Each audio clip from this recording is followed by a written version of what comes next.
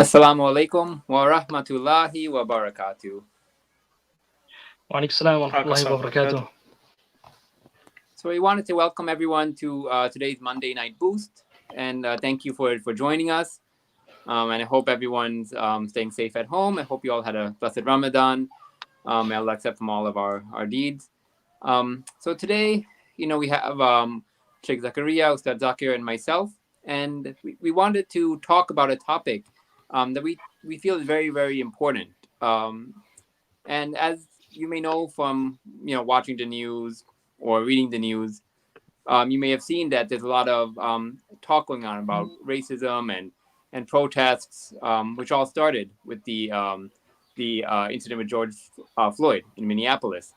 And we felt that would be a good opportunity to use kind of the national discourse that's going on to talk about what Islam and what our religion itself says about racism, and to use that as a way to even focus on our community and ourselves in light of this.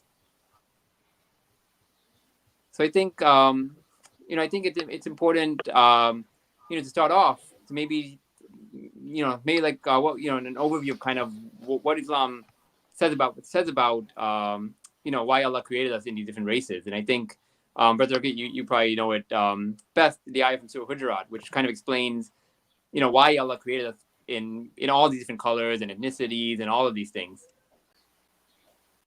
Yeah, so in Surah Al-Hujurat, it's a very famous verse. I'm sure we all have heard about this verse. We've all heard it being quoted in the khutbahs of Jum'ah. Just throughout our lives, we've heard it. Allah Azza wa Jalla says, Ya ayyuhan nas wa inna khalaqnakum min dhakarin wa untha. Allah subhanahu wa ta'ala says, O mankind, we have created you from male and female. وَجَعَلْنَاكُمْ شُعُوبًا وَقَبَائِلَ لِتَعَارَفُوا. He kind of broke out there. I don't know, Brother Sam, can you hear him? No. No, okay. So basically, tribes. Can you repeat that? You broke off a bit. Oh, really? Okay. Yes. All right, so that He has created us into tribes and nations and communities so that we may get to know each other, right? لِتَعَارَفُوا. And then Allah Azza wa Jalla then says, إِنَّ أَكْرَمَكُمْ عِنْدَ اللَّهِ أَتْقَاكُمْ, that the most honorable among you are those who have the most taqwa.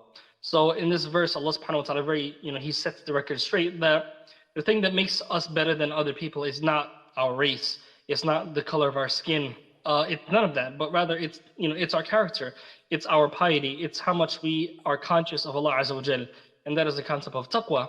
And maybe you guys can maybe expound on what taqwa is, because that's really the the measuring stick of who is better and who is not. Okay. Before we talk about taqwa, I just want to just say one thing regarding this verse that you just mentioned.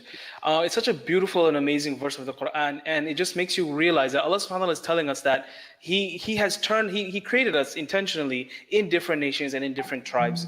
And what do we do with this? We take this and we use it to say that we're better than somebody else, or our skin color is better than somebody else, or our nation is better than somebody else. But Allah says this is not what He divided. He created us in these different forms, different ways, different tribes, nationalities, skin colors, whatever you want to categorize the people as. It's not the reason why He did this is so that we may know one another. And I find that absolutely beautiful, because when you look at if you look at flowers, just an example, right? It might be a silly example, but just think about it. Is there any image of a flower that you say you don't like? Right? And you're gonna say all flowers are pretty, all flowers are beautiful. It doesn't matter what color they are, purple, white, yellow, does not matter. You can enjoy the flower, and you can respect and you can enjoy the difference of each flower, right? And similarly, when we look at our own cultures, right, I find this very fascinating that every single culture is so diverse, so beautiful, that you can learn so much about somebody's culture and just be amazed at what they value and what they bring forward on the table, to the table. And I find that to be so beautiful. And instead of having the mindset of my culture and my nationality or my skin color is superior, we need to be in a mentality where, wow, they're offering something beautiful on the table, right? Maybe it's their language, maybe it's the way they dress, maybe it's what they value that in terms of ethics or what's noble to them, right? Their eating etiquettes, their food, so on and so forth. These are things that we look at and we can value and we can have appreciation for. Just how we can have appreciation for the different flowers that Allah has created as well. So I find that to be very, very a beautiful and striking verse. And whenever I see, I love watching documentaries on humans, right? Whether it be India or Africa or Europe or China, whatever it may be. When you see the different cultures and you see the way they live, you see their attire, you see their mannerisms, you see what they hold to be valuable. It's a beautiful thing, right? It's a beautiful thing, and it really broadens our appreciation for one another. And this is essentially what Islam, in regards to race, is really highlighting. You've heard many people say when they go to Hajj and they see everybody with different skin colors standing one next to one another, wearing the same simple attire or Umrah, right? How they can appreciate their brothers, right? And this is alhamdulillah, blessing from Allah subhanahu wa ta'ala. It's actually, that kind of reminded me of an example. So once, me and my wife, we went to Atlanta, and just to go visit, right? Just to see like the aquarium. They have like a nice aquarium there, and like whale sharks and all this stuff. So when we're there, usually we try to go visit a masjid if we can, if we're in like in a new area. So there, the community in Atlanta is majority like African American, the Muslim community. So we went to like the big masjid there, and oftentimes when if you watch like a documentary or a TV show or something, and you see like a black church, you see like a lot of energy and people like amen and all this kind of stuff, right? And you come to a masjid, everyone's like very quiet, especially Masjid Eesa, like a lot of Deiti people, older uncles, they're like much more reserved, you're just kind of sitting there. And this is a completely different experience. Like you go to this predominantly African American masjid, I think me and my wife were only like Deiti people there. And then to a young brother giving a khutbah, I think he was studying in Medina, and giving this really good khutbah, and people are like alhamdulillah, just like you hear like amen, and they're all dressed in like their own like very colorful like vibrant clothing, not just the robes and stuff. It's beautiful. That's probably like the best masjid experience I've ever had, because it was so enlivening. And go ahead. That's your flower analogy reminded me of that. It's like just we're all practicing the same religion, we're doing the same prayer, but just a completely unique way of just expressing it. Not the prayer, not the actual what we're saying, but the way of expressing their love for the religion and the way they dress and everything. And it's just so beautiful to see that and to be part of that experience. Absolutely. So definitely, even in my experiences, different masjid, seeing different Muslims, just especially the way that people interact with one another. Each culture has that which is unique to it, especially their food, and I definitely agree with you guys. It's definitely something that's beautiful. Food, man. Don't mention food. So in terms of taqwa, right? In terms of taqwa, Allah Azza wa Jalla makes it very clear that that's the standard. Even there's many hadiths of the Prophet sallallahu alaihi wasallam. For example, there's his famous sermon where the Prophet sallallahu alaihi wasallam, he says that how.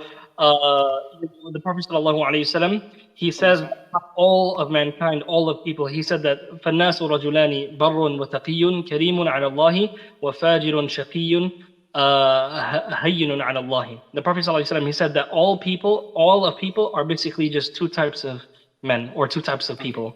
That everyone is basically a person that's righteous, a person that is honorable in the sight of Allah subhanahu wa ta'ala, and a person who's wicked and wretched in the sight of Allah Azza wa Jal. And then he tells us that the Prophet he says, Adam and mankind, they're all the children of Adam. وَخَلَقَ اللَّهُ آدَمَ مِنْ تُرَابٍ. Allah Azza wa Jal created Adam from dirt, right? From dust. That's how from what he was created. So taqwa, there's other hadiths where the Prophet tells us that that's really what the measuring stick is. So how would you guys define taqwa? The word taqwa, I guess you can define it as being in a state of knowing that Allah is watching you, in a state of knowing that every action that you can do can be done to please Allah subhanahu wa ta'ala. Basically having that mindset, being very pious for the sake of Allah subhanahu wa ta'ala. We get it translated as usually as like fearing Allah or being God-fearing. But I think it's more broad than that. Absolutely. And even like if you look at the vast majority of perhaps translations of the Quran, you're going to find that wattaqullah, fear Allah, but it's not just because taqwa is different from khawf, right? Khawf or fear is a component in taqwa, but it's not the whole thing. Sam, what else can you add to that? Yeah, it's like taqwa is not something that you can like turn on and off. It's really like a way of life. It's the way your mindset is, the way you're always thinking about whatever you're doing. Is it pleasing to Allah? Is it not pleasing to Allah? And trying to do something that's always pleasing to Allah, whether it's act of worship like salah or zakah or whatever, or even something that seems mundane like going to work, driving your car, eating food, right? Stuff that we all have to do. Everything should be like encompassed under taqwa, and that's Yeah. just like Zakir said, just remembering that Allah is always there and watching us and aware of all that we're doing. Yeah, So absolutely. I think the best analogy that I've ever seen is that of Abu Hurairah radiallahu anhu. Many times one man, he said to Abu Hurairah, he's like, "What is taqwa?" So he said to the man that he didn't just give the man a definition, right? Because taqwa is a whole concept, right? Sometimes if you just look at a literal definition of it, it's not really going to hit the idea home for you. So he asked the man, he said that, "Have you ever found a path that had thorns in it?" The man said, "Yes." So Abu Hurairah says to him that, "What did you do when you found that path?" And the man said, "I would try to go around the thorns, avoid the thorns, or I would find another path," right? Abu Hurairah said that is what taqwa is. So linguistically, the word taqwa literally means to take precaution from something, to be cautious of something, and to take the means to protect yourself from something. That's why Allah Azza wa Jalla says in the Quran, He says, "Ittaqun nar." They have taqwa of the fire, right, of Jahannam. It's not just fearing it, but take the means to protect yourself from it. That's why many scholars, they mentioned a definition of taqwa. They say that it is literally, is taking a protection, right? اتخاذ وقاية من عذاب الله. It's taking precautionary measures, right, from the punishment of Allah Azza wa Jalla by doing what He wants you to do and staying away from what He doesn't want you to do. So that whole concept of taqwa, that's really what makes us better than one another.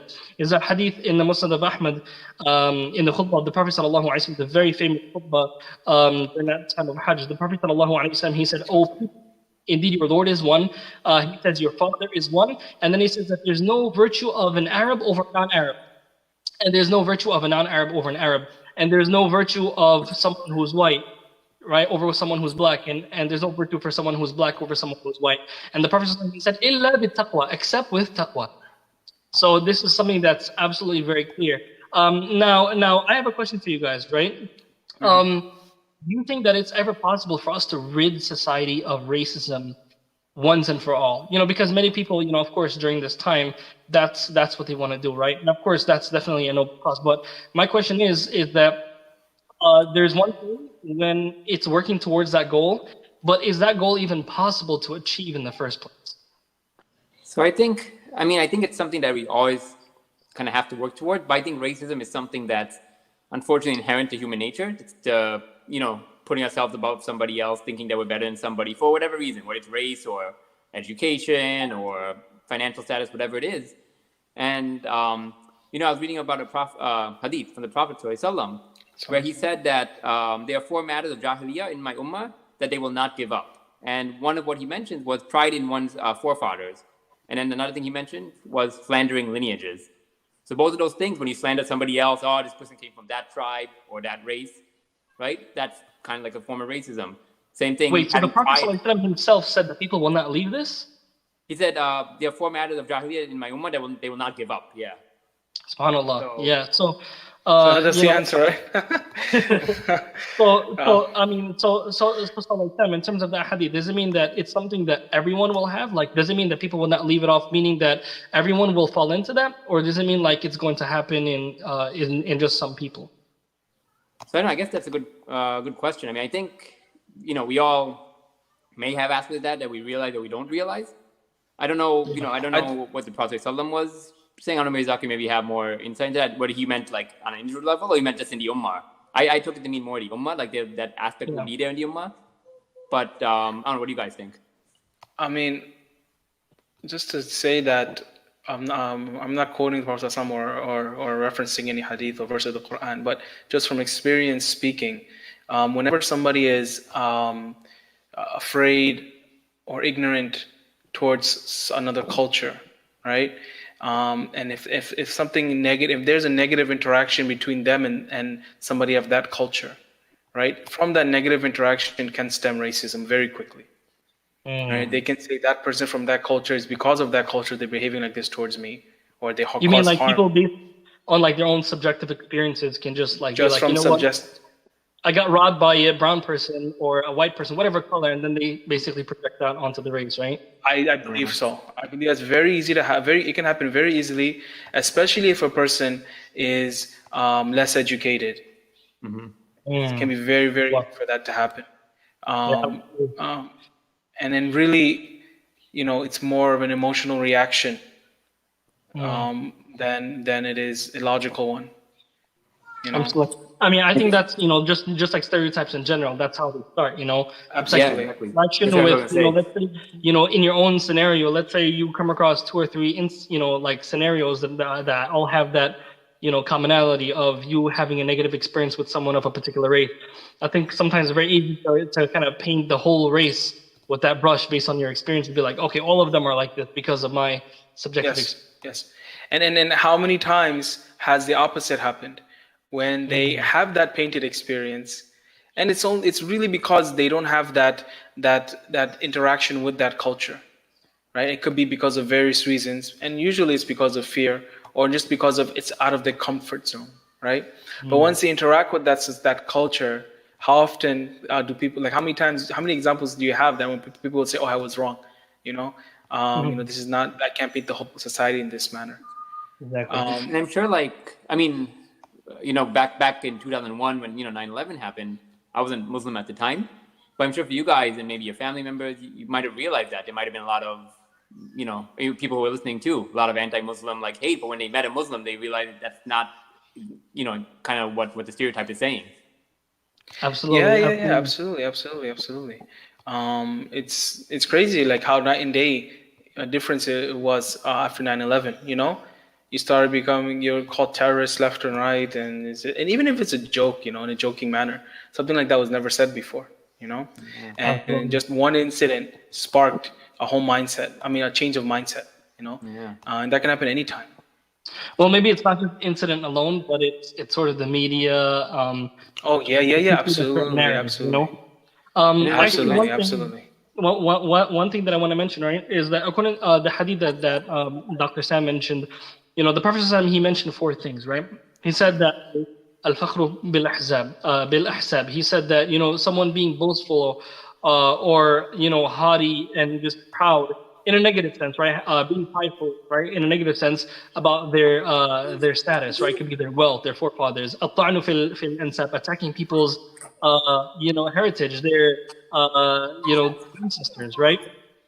And the Prophet he mentions and he mentions wailing over the dead. It's one thing to cry over someone who passed away, but to actually raise one's voice and to scream over the dead, and that's niyaha, right? That's over the dead. And the Prophet sallallahu alaihi wasallam, he mentioned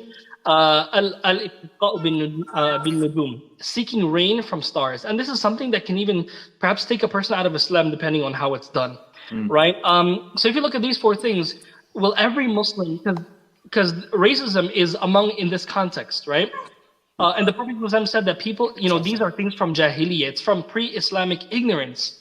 So anybody who has these qualities, they have a form of ignorance according to the Prophet ﷺ. And he said that people at large will not leave them. Now, how do we know that he means people at large? The scholars mentioned, because if you look at seeking rain from stars, that's not something that every Muslim will fall into, because that could make him leave Islam. May Allah protect us, right? Or even, like, for example, wailing. Not everybody will fall into wailing, right? So this is something that the Prophet ﷺ, he means that a portion of people, there's until Yawm al-Qiyamah, there's always going to be a portion of people that will have these qualities. And the highlight of this hadith is racism, right? Is there's always going to be that small group of people that will just have these racist tendencies. So in light of this hadith, what should the perspective of people who are trying to get rid of this problem, what should their perspective be? Should they give up, and should they say that, the Prophet ﷺ said it's always going to be there, so why are we even pushing it? Someone may understand this from the hadith. How would you guys respond to that? No, that would not be the proper attitude to take, to just give up and say, oh, this is always going to be the case. I think all of us have a responsibility to affect those that we can affect, to have a different mindset, have a better mindset, a positive mindset. That's our responsibility. Not only our own minds, but our family members, our children, our friends, whoever we can influence. Right? We have a responsibility to help change their mindset. I think if we give up, that's not fair, you know. Absolutely. I remember, like, as a very small kid, I saw this commercial, right? I don't remember what the commercial was for, Yeah. but I remember just seeing it, and it always stuck with me, right? The commercial basically had this little girl on this beach, right? And you had all of Okay. these starfish that basically just washed up on shore, and they're gonna die because they're not in the water, they're drying up, right? So then the Yeah. little girl picks up one of those starfish and she throws it into the water. So I guess, Yeah. what she's trying to do is basically save it. So her parent, father or mother, whoever it was, basically said to her that that's just one starfish. You're not going to make a difference. Well, she said that I made a difference to them. And that's Oh, really profound, is that if everyone basically did what they must do, like, in their capacity, right? That's really how change happens. It's not just Yeah. one person alone, right? I mean, we could, perhaps one person could make a big impact, but perhaps for most people that's not the case, so, like, our individual responsibility as Muslims is to change our immediate surroundings first, right? To make a positive impact. It's not easy for everybody to change what's going on, halfway across the world. No, but what about our parents, our children, our siblings, our friends, our coworkers? We can all do something to, make a positive impact. And our responsibility is not to change people, right? Our responsibility is not to change people. Allah Azza wa Jalla says, "Innaka la tahdi man ahbabta." You don't guide who you love. You don't choose. You want to be like, I want to guide this person. No, but what you can do is basically open the door for someone and show them how to walk through it. You know. yeah, that's a good way of putting it. What else, like, what other concepts in Islam or verses or ahadith can we kind of bring up to show that this concept of racism is totally foreign to Islam? I mean, for when from the Sirah, not a specific hadith, but from the Sirah, when Prophet ﷺ, he would talk with people from all walks of life, right? Whether you're poor or rich or whoever it was. Yeah. And then the rich people in Mecca, they gave him this deal. I think they brought it to Abu Talib. This deal that if you tell the Prophet ﷺ that just to let go of all the people who are poor and all that stuff and just come with us, then we'll follow the religion. And the Prophet ﷺ refused that deal. He didn't. It was a tough decision because just having the eminent people of Makkah accept your religion would be such a huge boost to Islam, right, and give it such authority. But he in the end, in guidance from Allah, he did not do that because just like race, you can't differentiate people on the color of their skin. You can't differentiate people on their social status and stuff like that. Everyone is equal, except and in different levels based on taqwa, like you mentioned. Mm-hmm. So that always reminds me of that as well. That example from the Prophet ﷺ, how he dealt with that situation. Absolutely. Yeah. Wasn't there a story or incident where the same higher ups from Mecca refused to sit in a gathering of people that were former slaves or people that were lower class in society? Do you guys know what I'm talking about? No? Okay, let's move on. I'm not sure, but I know they always had that mindset that they wouldn't associate people who are like they consider lower than them. Yeah. Even like.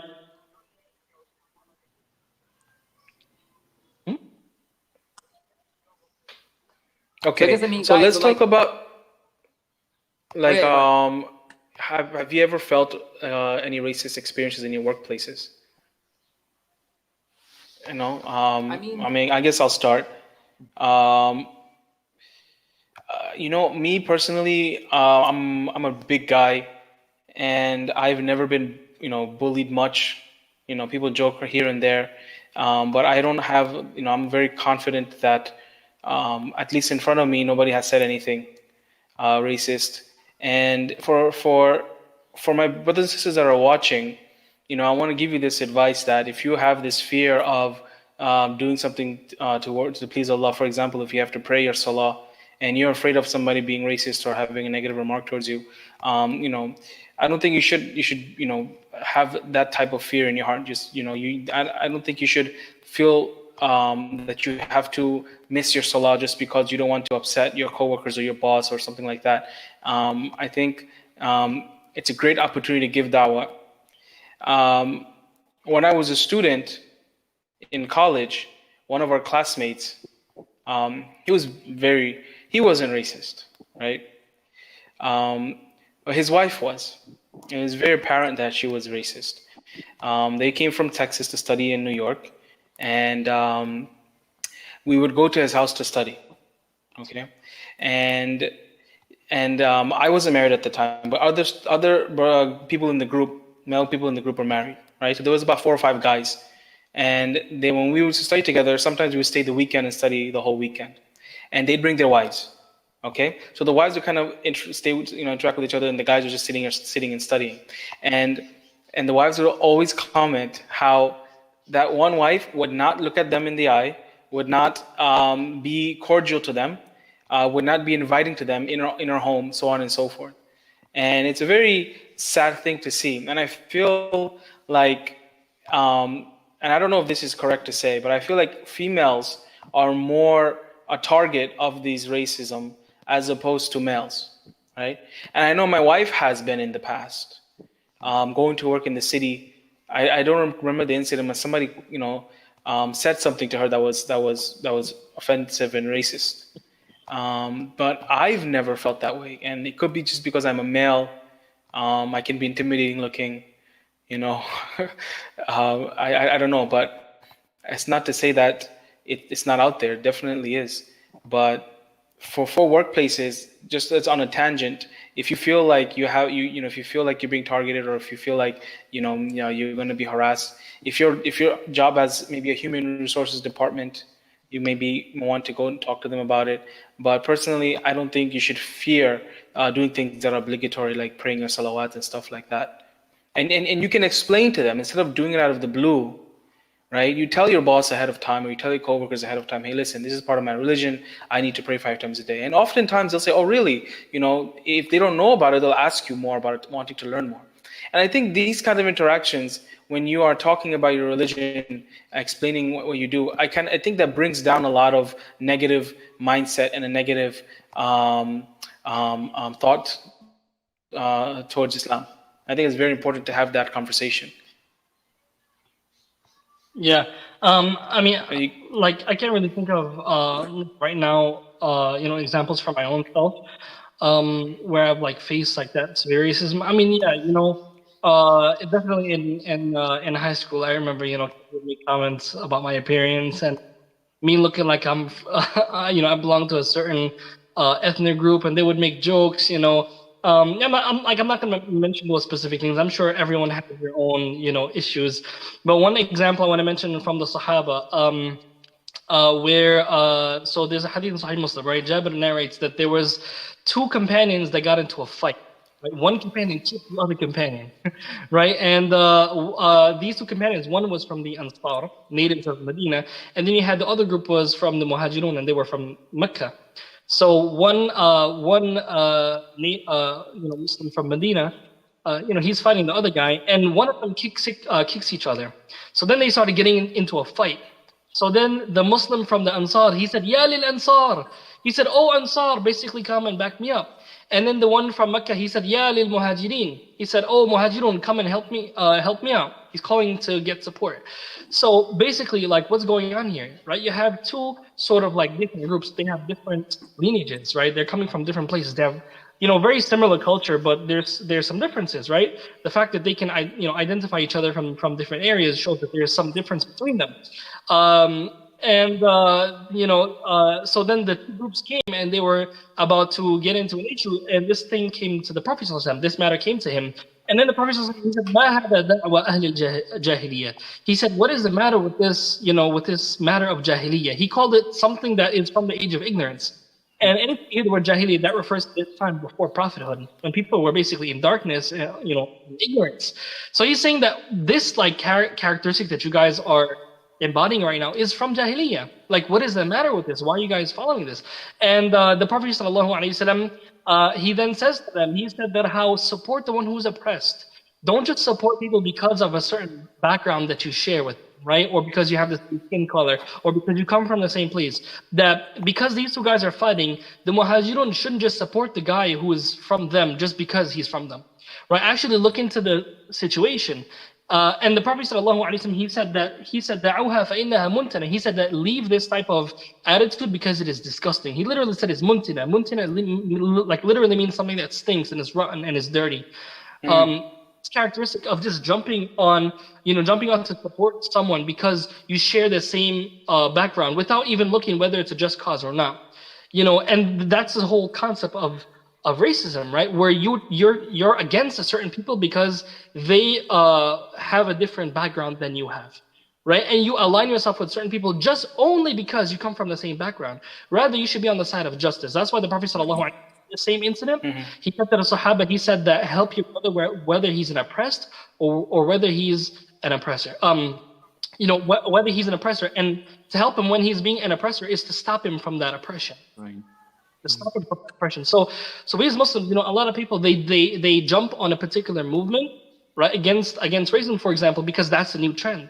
But as Muslims, like, this should be the default, right? We should be against oppression and against racism all the time.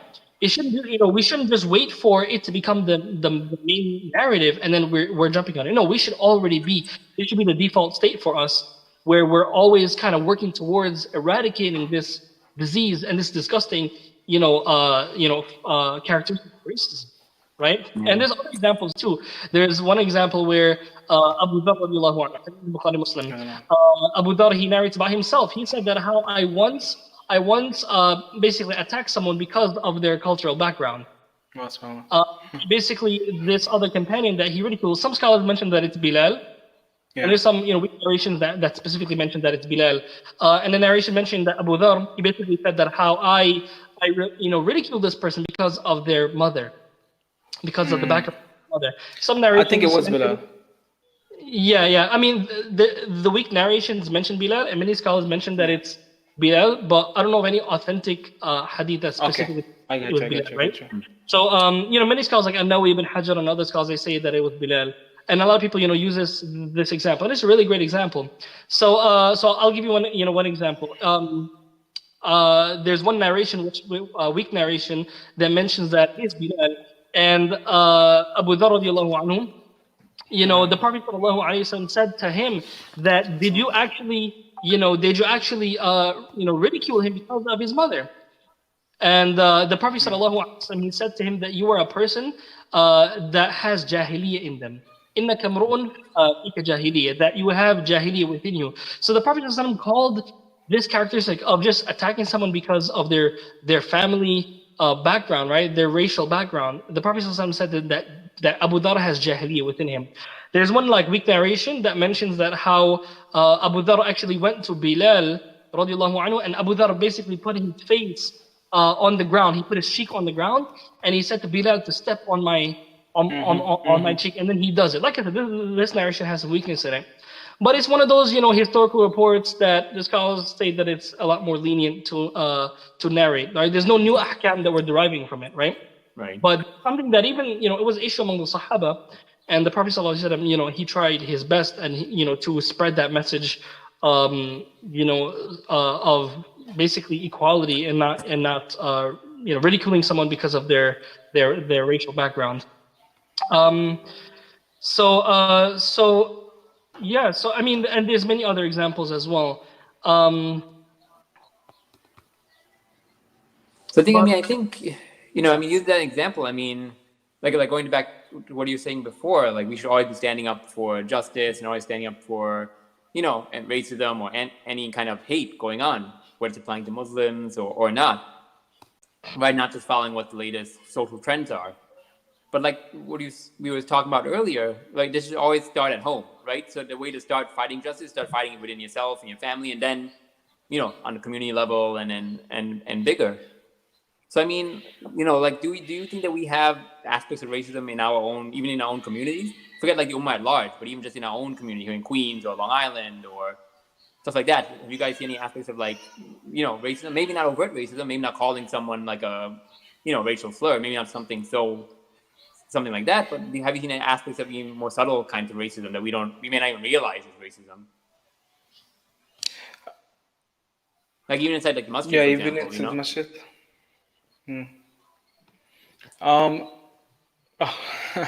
I mean, look, there's no doubt that in our communities, people have certain mentalities, whether it is um, strictly because of a person's skin color or culture. I don't know. I cannot paint everybody with the same brush with that statement. Are there situations where a person may not prefer a person from a certain color or certain background? There are. I'm not going to say they're not. Let's take an example of marriage, right?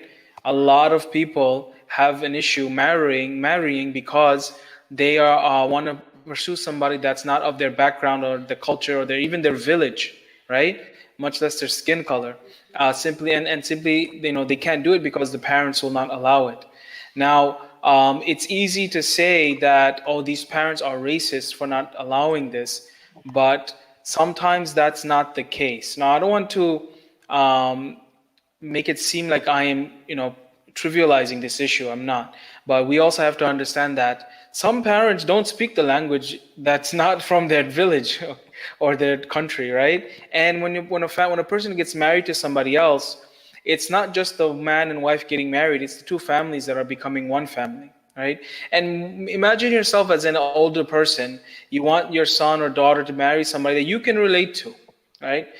Maybe, I'm not saying that this is an excuse, but maybe some people feel this way, that I want my kid to marry somebody that I can relate to, maybe somebody that I know from my neighborhood, maybe somebody that I can joke around with in my own language, right? I always joke to my Silati friends that Silati is a very funny language. I can't express it in English, but when you joke in Silati, there's nothing funnier than joking in Silati. It's just a certain way of joking, right? So maybe some parents feel that they may be missing out on this if their child doesn't marry from their tribe or their village, right? So I've when I see let's say I go to a masjid that is predominantly one color, right, one nationality, one race, and when I see somebody that's not from that race come to the masjid, it makes me very happy. And I do see people that react in the same way, that they're very happy, right? I've not seen anybody to be unhappy to see somebody from a different color, different country, different nationality come to the masjid. I've not really seen that, at least in my experiences. But people are generally happy. When a Muslim sees another Muslim, it doesn't matter what color they are, we're generally welcoming. We generally are happy and very inviting. But behind the doors, is there some type of ignorance going on? I cannot say that there's not. Right? No, there definitely is, man. There definitely is. Definitely, it definitely does happen. I'm trying to give people the benefit of the doubt here.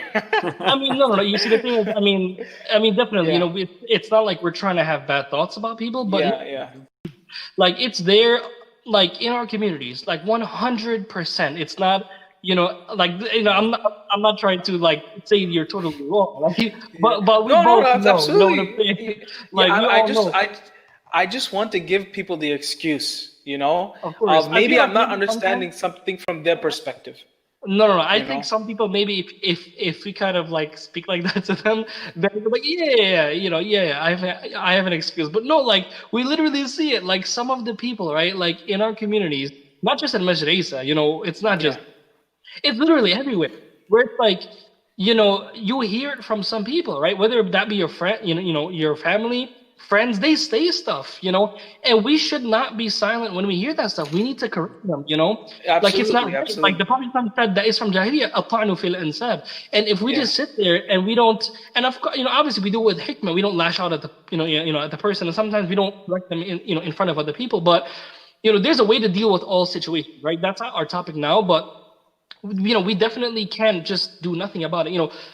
If we just sit there and not correct them, whether it be a family member saying something about a certain race, we need to call them out on it, in a respectful way, especially if it's an elder in our family or it's an elderly person in our community, right? There's hikmah and everything, right? But we need to just do something about it, right? In the right way. So, so definitely, like I'm telling you, even kids, in our communities, we hear them make jokes about other, ethnicities, other, people of other cultural backgrounds, of other, colors, other skin colors, and the thing is, like, sometimes, kids, they may make fun, they may make jokes, and they grow up with that stuff, and it just it becomes something ingrained in their minds.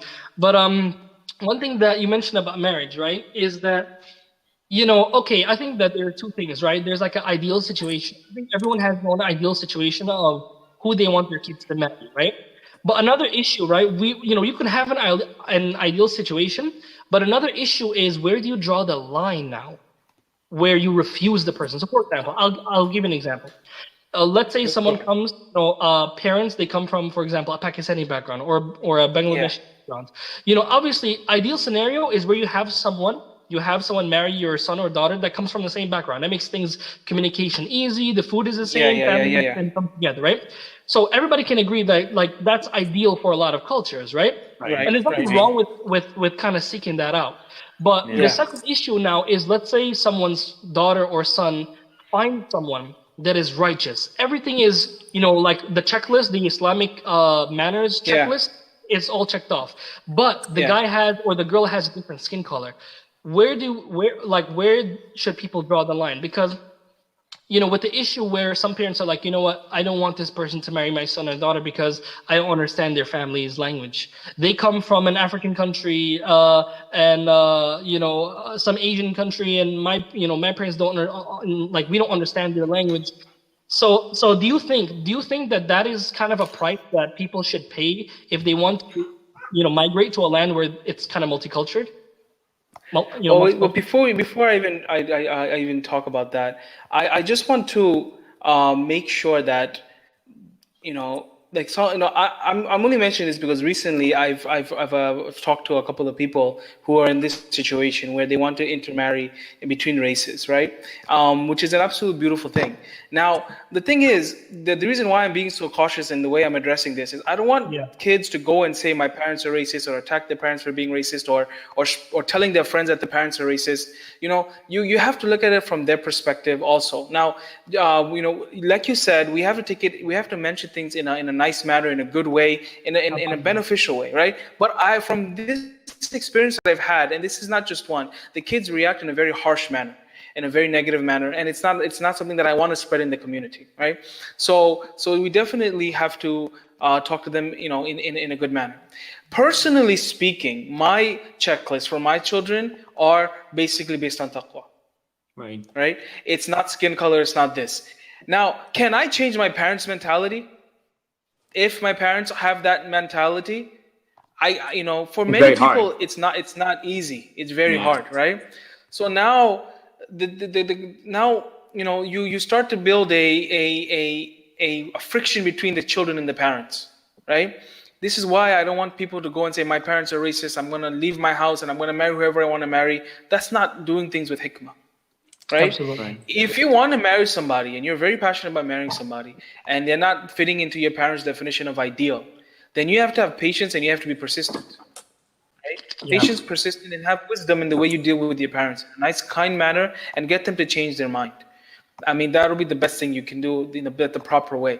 But to just forsake them and just jump to whatever you're feeling passionate about, I want to avoid that in the community. That's like my fear, right? Because this is something I just saw literally days ago with my own eyes, and it kind of put fear in my heart. It's not a good thing to happen. But I really believe that the boundaries or where we draw our line should be taqwa.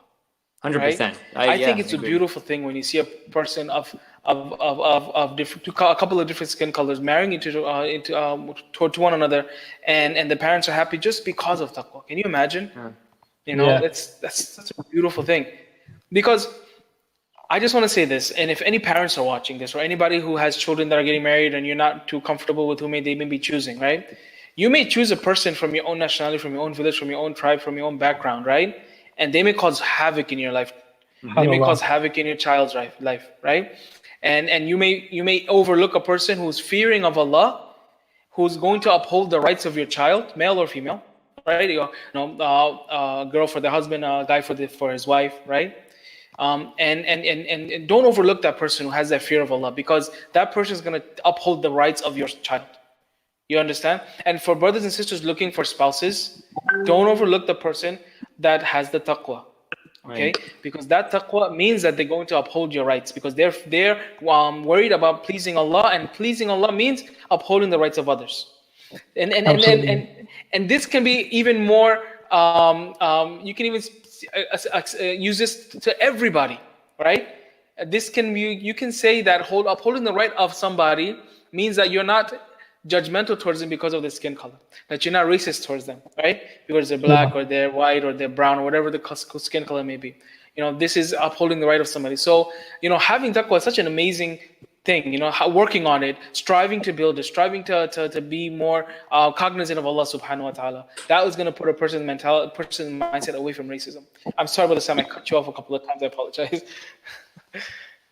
Yeah, no, I totally agree. No worries. I totally agree. I think that's really the most important criteria. And I think what he said is also important. We have to also kind of understand where people are coming from, So, and a lot of it, like you said, with our parents and uncles and aunts, it's hard to change that generation. Many of them came here from this country, Bangladesh, Pakistan, China, wherever it is. They came here and they carried a lot of their cultural tradition with them. But as a new generation, right, we're raising our kids, inshallah, in this country and the new generation. We all speak. We may have our own languages from our own culture, but we all speak English, right? We can communicate with each other. So I think it's up to us to sort of imbue these kind of Islamic values in our children. So they're the next generation that can grow up, and so that way they can start marrying between races, whatever it is, on the basis of taqwa, and create a much stronger ummah that way, because like Allah said, right, He created us in all these things, so we can, all these races and stuff, so we can learn from one another. So imagine if we all kind of start intermarrying between the races, imagine how much stronger we can be from all the strengths that we all have and we bring together. So basically, ideal scenario is we're looking for taqwa and all of the other great things that will bring compatibility, between the spouses. But one of the difficult things that you have is that we're talking about all of the boxes are checked off of everything that you would want for your child to marry that spouse, right? Everything is checked off, but the race. Right, you have some people where it's like they may hear the khutbah about racism and they're like, what? Yes, I'm not racist. Mashallah, we have to love each other. But when someone comes and they ask for their daughter or son, then it's like something that was in there. I was talking to one brother and he told me, this one brother, he said, I asked him about this same thing. I was talking to a brother about this a couple of days ago. I asked him about the same issue, right? What if your son, right, marries someone from another particular race?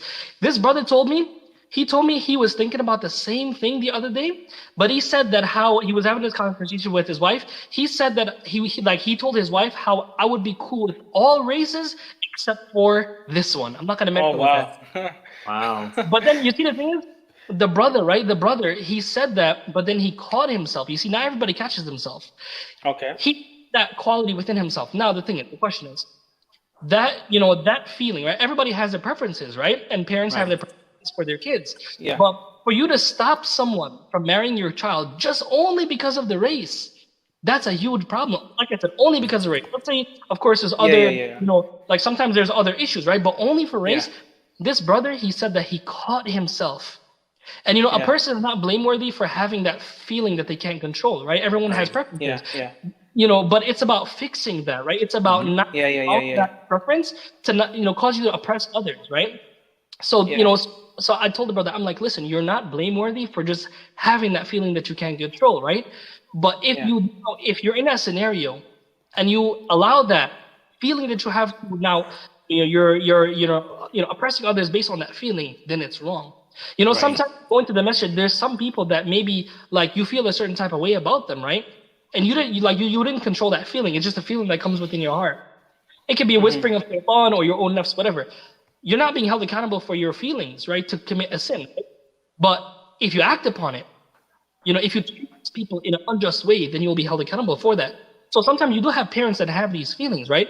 But they have to try to suppress it as much as possible. We all have feelings to commit all sorts of sins. The Sahaba, they said, O Messenger of Allah, we find within ourselves things that we would never tell anyone about. Things that are too great to even talk about, like we're so embarrassed about it. But we fight it. The Prophet ﷺ, he said, ذَاكَ صَرِيحُ الْإِيمَانِ. He said, that is clear iman.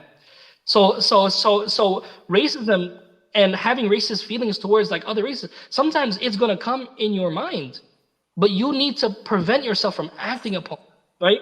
Even in Ramadan, when someone is hungry and they pass by the kitchen, don't you have a feeling to eat? Yes, you do. And eating is sinful during the day of Ramadan while you're fasting. But are you sinful just for having that feeling of committing that sin? No, right? If it's just a feeling, right? But if you now think about it, you accept it, you're like, yes, I'm gonna eat. Or like you say, yes, these people of this ethnic background are like this, then that becomes a huge problem. So I think everyone has the capability of falling in, like having racist feelings and racist thoughts, but we need to not act upon those things and really control ourselves. And I think now- one thing I wanted to kind of, Yeah. if okay, just jump in there in terms of controlling yourself. Because before you mentioned about like how the kids joke around and say like, racist jokes and stuff. It's not only kids, even us, we're not immune to that. If you look at WhatsApp and all these memes and stuff people share about, how people live in certain countries, whether it's China or Africa or whatever it is, we share that and they say, we say, oh, that's so funny. Obviously I'm not racist, but that's just like a funny joke. But we perpetuate these stereotypes that make this the norm. So you grow up thinking that this is the norm. People from that, area of the world, that's how they are. It may be innate. We don't even like actualize it in our head. We just have it ingrained somewhere in our brain that we don't even realize. Absolutely. And then this thing comes out when we think about things like marriage. These are the kind of stereotypes that come out. We're like, my daughter can't marry that kind of person. You make an excellent point. Something that I want to mention, like really quick, is some examples of marriage specifically from the time of the Prophet ﷺ. So like Bilal, we were talking about Bilal earlier, radiallahu anhu. He was from Abyssinia. He's African, right? He was a black Muslim during that time. And Bilal, he was a slave. Abu Bakr radiallahu anhu freed him. And Bilal actually married a woman from Quraysh. He married a woman who was Arab and, who comes from a totally different background than he does. So he married the sister of Abdurrahman ibn Auf, right? Hala radiallahu anha.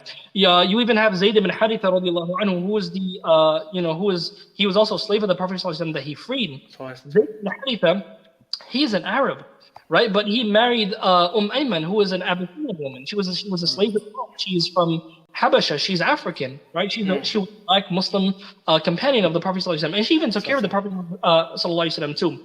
So the Prophet ﷺ, he put these two together, Zayd ibn Haritha and Ayman radiallahu anhuma, and they got married, and their son Usama ibn Zayd, now he's mixed, right? He's mixed, right? His dad is Arab, his mom is African, right? Now it's very interesting, right? That there's a narration in Sahih Muslim where Fatima bin Qais radiallahu anha, she wanted to get married, and two guys proposed to her, right? Two Arab men proposed to her. You had Abu Jahm and you had Abu Sufyan. So she said, "O Messenger of Allah, Abu Sufyan proposed to me, and as did Abu Jahm. What do you think?" Also, Usama ibn Zayd proposed to me as well. So the Prophet ﷺ, he said, "As for Abu Jahm, he is known for abusing women. Don't marry him." And then he said, as for Abu Sufyan, he's not someone who's rich, he's poor, he doesn't have a lot of money, he's not going to be able to sustain you financially.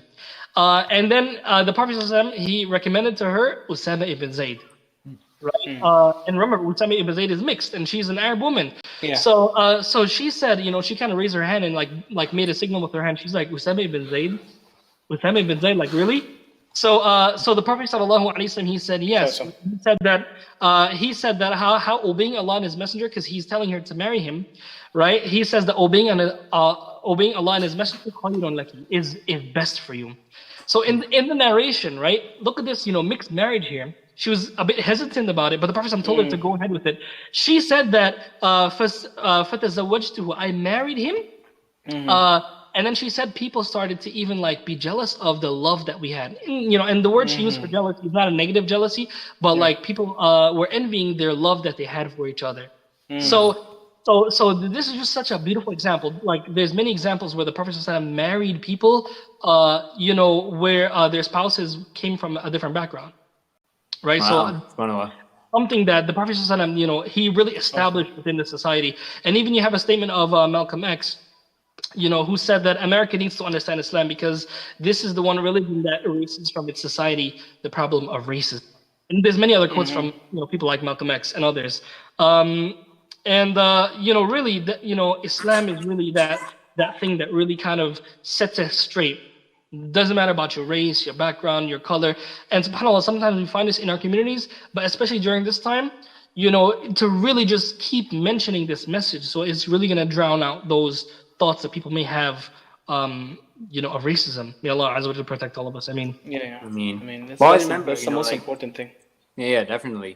But always remember, I mean, I always see, during this time, especially with, with the protests and all this stuff going on, that a lot of Muslims, we put these hadiths and we put these quotes there and all these things, and which obviously Islam is not racist, right? We know that Allah, Ust.Zakir is not racist, right? We know that's not the case. The Prophet ﷺ, like you mentioned, but I feel some, Muslims fall into a comfort zone where like, oh, since we have these quotes and since I'm Muslim, I'm automatically not racist, So it's like this thing, we always have to check ourselves, because as Islam is not racist, right? Islam is a perfect religion. It is not racist. Right. But Muslims can be racist, right? And we see this even in the Middle East. We see people are, they treat people differently based on their culture and stuff. And even here, I know we were talking briefly about the Masjid, right? And I know people who are, Muslim from a different background, to be white or Asian, right? They go to the Masjid and they get stared at. They may even get like physically kind of like pushed or shoved, right? Especially when they go to a masjid that's much less ethnically diverse, right? And I don't know about being pushed or shoved, man. No, I've heard this from a friend of mine actually. Really? I cannot believe that. That is insane. Dr. Sam, you were mentioning me a story that someone got kicked or something like that. Really? Yeah. You remember you telling me that? A friend of mine who's a revert. He happens to be I can't white. believe that. Subhanallah, man. That's insane. So I won't mention the masjid. It wasn't Masjid Eesa, Okay, so, that's good. but it was a masjid in the Queens Long Island area. That's crazy. Yeah. And he said, Wait, he what just went happened? there to pray. So he went there. He's a new Muslim, maybe a year or two at the time that he converted. He went to this masjid to go pray. He was just sitting down, and then first he heard people like talking about him behind his back, right? He said, and then someone came and like kicked him. Wow. While he was sitting there, Wait, so somebody just passed by and just kicked him. He's sitting down praying. Somebody kicks him. That's what he said. Yeah, I mean, I wasn't there, but that's what he told me. Yeah, that's what he told me. And, that's unacceptable, man. That's completely unacceptable. Yeah. So I think we have, again, like Sh.Zakareeya mentioned, we're not all like this, obviously, right? We don't all want to do this, obviously. But even within our community here in Queens, there are people who may be like this, right? And we have to, if we see this behavior, we have to go and correct it. It's a must. Me, you, if any of us were there with that brother and that happened, it's on us or any of us who are listening today to go up and speak to the brother who did that and say, why did you do this? And, just educate him, right? Kind of, and then teach him that this is not from our religion.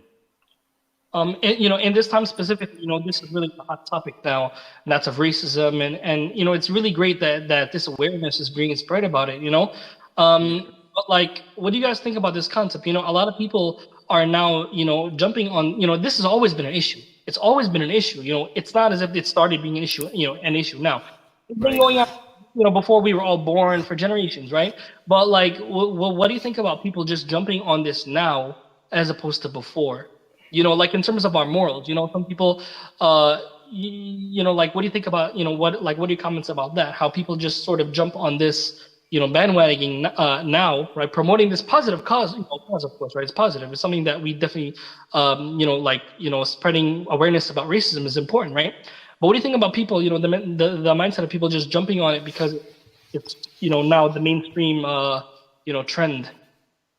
I don't want to say that it's people that are jumping on the bandwagon, quote unquote, because we have been more exposed to equal rights through social media in the past. For example, Colin Kaepernick, if I'm pronouncing his name wrong, forgive me. He did such an amazing thing, to sacrifice his career just to speak out in an amazing way regarding racism. I think those kind of actions that people have taken, that have been becoming more frequent in the past few years and more spread through social media, are bringing people to change their mind or giving them courage to speak out. And I think now when people are gathered together and doing it as a community, if you want to, it is a community. The whole community is getting together to protest this type of behavior, this type of mentality. I think people feel courage to now stand out and speak out against it. Sure, there are people that may be just jumping on the bandwagon. Of people that are, today I read something about Bollywood celebrities saying things about against racism. Meanwhile, they're promoting Fair and Lovely products that lighten your skin color, stuff like that, at the same time, yeah, sure, you can see the jumping on the bandwagon. But I think there are many people that have been more exposed to what's really happening, and now they're more proactive about it. I think that may be one thing. Social media is definitely a cause of that spreading, Absolutely, absolutely. And I What? think, Yeah, like for example, let's say you lived during the 1800s, right? Yeah. Or like let's say a couple hundred years ago when racial-based slavery was kind of the norm of society. Yeah. You would like what I'm saying is like in terms of our moral standards, right? Yeah. You find that of course we're always going to be products of our of our environments, right? We're always going to be products of our time, of our surroundings, right? But the question is us as Muslims, right? We don't just follow a cause because that's somehow because it's popular, right? Yeah. So like even if we lived during that time in the 1800s when that was normal, right? Racism was just the default thing in society, right? Yeah. Our perspective should be the same. Why? Because we take our morals from the Quran. So definitely it's having this this anti-racist mentality is definitely something positive. But we're not we don't just wait for this to be something that's popular and then all of a sudden we have the same attitude. No, like for Muslims, right, this should be something that is in our minds, right? Where the only standard that we have of who's better than another person is taqwa. Of course. Right? So I think that's definitely something that's really important to think about is that, are we going to wait for the next trend, right? The next positive trend to come around? No, right? Our moral standard is the Quran, and the sunnah of the Prophet ﷺ. So I think that's definitely something to really think about. I think that's the thing. Like, if anyone here is feels really motivated now by whatever movements are going on, right, in the protests, you feel really motivated to be socially active, that's good. We're not trying to disregard it. I think that's a great thing. But then just hone your intention. Now you're doing it for the sake of Allah, right? You're doing exactly. It for justice. And then keep pushing that forward, right? Don't stop once this movement ends. Just keep pushing it forward. Find the next cause that's going on, and help spread word about that, right? Absolutely. And that's really what it is. Because now understand that. Society as a whole is shifting their mindset on racism, right? Even if it's slowly, they are. Back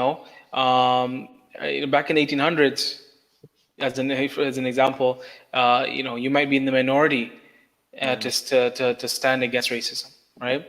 But now, hopefully, God willing, with time goes by, we'll have more and more support from more people in our community, from the government, from the leaders in our community, and it'll be more easier to eradicate this. Right. And I think sticking together in this time period, supporting one another is very important. Because some people are feeding off the courage of others. You understand? Maybe they will not have the courage to do it themselves, and now because they have the other people doing it with them, I can do it too. Yeah, that's true too. It's just a personality thing, Yeah, that's true also. But you guys are right. We should, honing it and pushing forward with it is absolutely a must. And there's many different ways, and there's many different ways of there's many different permissible means of like pushing forth this idea of not being racist and educating people. And there's many different ways of doing it, right? But where do you guys think this all starts? Just kind of sum up our discussion here. Like, where does this all start? What does what start? This whole, sort of like educating people about racism and trying to rid our surroundings of racism. Where does it start? What I mean by that is sometimes you have some people, they may start, they may think that they may kind of like go far and out from their surroundings in terms of like addressing this issue. But where should it really start? It should start at home. Yeah. I'll start with you, even better. But listen, I want to just advise anybody that's watching this, and this has been something personal for me, is that for the Muslims I'm specifically talking to, if you want to become a better Muslim, if you want to have better character, if you want to have better ethics and better standards, then you have to start with learning about the religion, right? And the religion is going to tell you that, if you're racist, we have the examples from the Quran, and it's going to eliminate that from your mindset, right? It's going to tell you how to behave, how to have ethics, what kind of moral standards to have.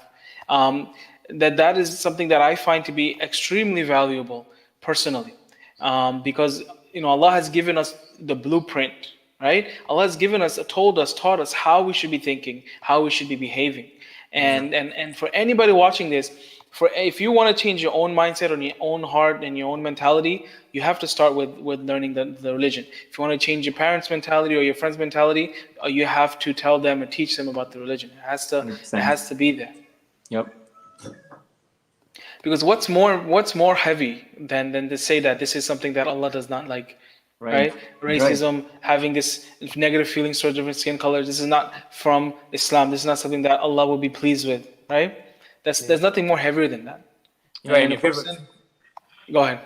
Like, you're right. I mean, if what society tells you is right and wrong, I mean, once Allah tells you what's right and wrong, that's your benchmark, right? Exactly. That's the foundation right there. Yeah. Society can flip. And one thing that I heard, and this is really unfortunate, there was something that someone shared, right? And it basically showed this Muslim guy saying that how, the wudu that we make is better than this whole issue. He was saying that I think he was mentioning like the salah that we pray, and like he was mentioning certain things that people look at as small in Islam, but he was saying it's more than people dying and things like that, right? Because these are not, you have this sort of mentality where people say, oh, this is not the issue of Muslims, this is their issue, right? Mm-hmm. But that's a very, that's very problematic. Why? Because like I'll give you an example. The Prophet ﷺ, when he was before he was a prophet, there was a man that was he was basically cheated out of his money, right? He was cheated from his money and he was oppressed. And this man, all of the Arabs of Quraysh, what they did is that they all met in the house of Abdullah ibn Jud'an, and they all basically kind of made a pact where they will support those who are disenfranchised in the community and those who are oppressed. And it's called Hilf al-Fudul, right? And they basically all made this alliance where they're going to support whoever is oppressed, no matter where they come from, right? Mm-hmm. And this man who was oppressed, he even went, in front of the people. He stood on a high place, and he basically kind of, dissed them, basically, saying that how could, like you have no morals, you have no, no honor. So the Prophet ﷺ was among those who witnessed this sort of alliance. And you got to realize this is before he was a prophet. Everybody is basically, everybody around him is basically non-Muslims. He hasn't been given the message yet. There's an authentic hadith where the Prophet ﷺ, he said that لو دعيت إليه في الإسلام لأجبت. He said that if I were to be called to that same alliance, that same meeting to support justice in our community, even if it was non-Muslims, right? The Prophet ﷺ said, if I was invited, I would answer. I would respond to the invitation. So, so we're against oppression, injustice, no matter who it's done to. It's not as if we see that there's a person, for example, who does something that we disagree with. Someone who drinks, someone who smokes, someone who's engaged in, extramarital affairs, and they're oppressed. Just because they're committing those sins doesn't mean, just because they're disbelievers, doesn't mean we should just be like, yeah, it's fine. Let's say that's their issue. We don't care about it. I mean, that's really something that's kind of, like it's a sick mentality where like, oh, if you're not a Muslim, then you can be oppressed and I'm not going to do anything about it. Right? Yeah, absolutely. So whether non-Muslims are being treated they're being discriminated against in a racist way. We have to have the same, perception if a Muslim, and of course a Muslim is going to be our brother or sister, right? There's that, but the oppression itself is wrong in both cases. Yeah. So that's definitely, and a highlighting point that I want to mention is the Prophet ﷺ said, if I were to be invited to the same cause, I would respond. And that man that was oppressed and he was, basically robbed of his money, was a non-Muslim man. And the Prophet said, respond, I'll answer. Yeah. So, one thing that I want, that I really want to mention is, is that it starts, within. Allah Azza wa Jalla says, "Inna Allah la yughayyiru ma biqawmin hatta yughayyiru ma bi anfusihim." Allah does not change the situation of a people until they change that which is in their own selves. Allah gives you a blessing, He will not punish you and take away that blessing until you change that which is in your own self. And the opposite as well is that no matter what you want to do, you have to put in the work, within yourself first and foremost, right? And then Allah subhanahu wa ta'ala changes the situation. So in the capacity that we have to change the situation, we have to do our part. And that starts with ourselves. So whoever is listening right now, even for myself, for Dr. Sam, for you, Ust.Zakir, all of us, we have to really reflect within ourselves. Not just go outwardly and put posts on social media and share things about anti-racism. No, but actually look within yourself first and foremost. Do I have any racist thoughts and desires? Am I actually racist? That's really what is the most important thing, to really reflect yourself. If everybody did that, this issue would be gone, right? So really, like you guys said, start with your own house. Communicate this stuff to your family. Share this with your families, your friends, those are around you. And if you find that there's racist comments being made, you're trying to actually correct those things. Yeah. That's what's in your capacity. That's what you're being held accountable for. Yeah. Essentially, I hope that was, beneficial for everybody. And, I think that's really the most important takeaway point, what you just said. So everyone just, I think really reflect on that and really internalize that in your own life. And that's how change begins, Yeah, man. Yeah. Absolutely. Absolutely. Inshallah.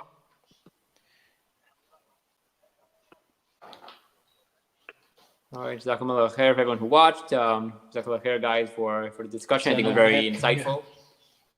Yeah, no, absolutely, absolutely is insightful. Definitely, we all have to, work on ourselves and hoping that our generation does a lot of change. Inshallah. So, may Allah make it happen. That's like my hope all the time.